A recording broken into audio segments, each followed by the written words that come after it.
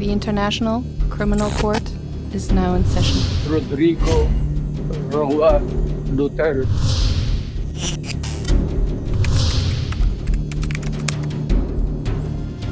Mainit na balita, naghain ng mga reklamong kriminal sa Office of the Ombudsman sa Mindanao si Davao City Acting Mayor Baste Duterte kaugnay sa pag-aresto sa kanyang amang si dating Pangulong Rodrigo Duterte noong Marso.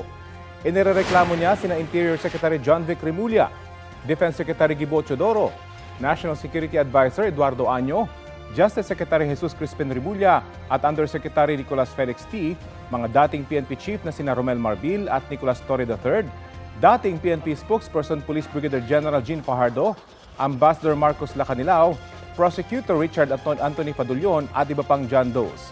Kabilang sa mga isinampa sa kanilang kidnapping, qualified direct assault, usurpation of judicial functions at iba pa.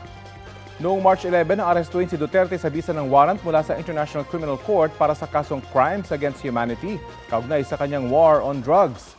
Susubukan naming kunan ng pahayag ang mga inirereklamo ni Baste Duterte.